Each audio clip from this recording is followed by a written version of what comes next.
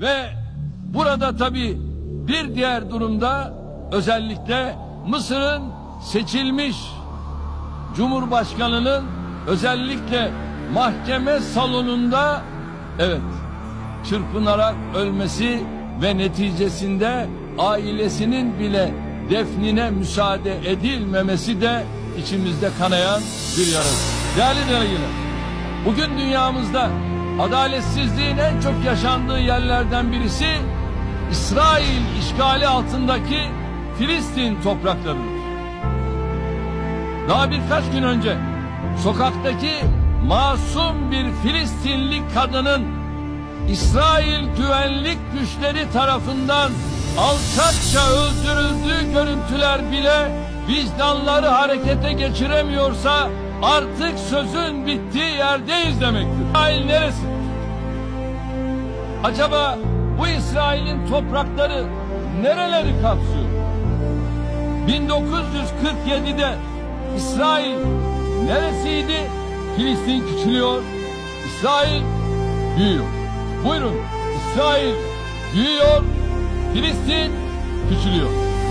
Ve geliyorum bugüne, güncel durum şu: artık adeta Filistin yok, neredeyse tamamına yakını İsrail. İşte sıkıntımız burada. Mevcut İsrail yönetimi bu cinayetlerinin yanında Gazze'deki insanlık dışı abluka, yasa dışı yerleşim faaliyetleri, Kudüs'ün tarihi ve hukuki statüsüne yönelik saldırıları gibi eylemleriyle uluslararası hukukun ötesinde insanlığın tüm değerlerini ayaklar altına alıyor. Uluslararası toplumun hala yeterince ilgi göstermediği sorunlardan biri de 72 yıldır çözülemeyen Keşmir ihtilafıdır. Güney Asya'nın istikrarı ve refahı Keşmir meselesinden ayrı düşünülemez.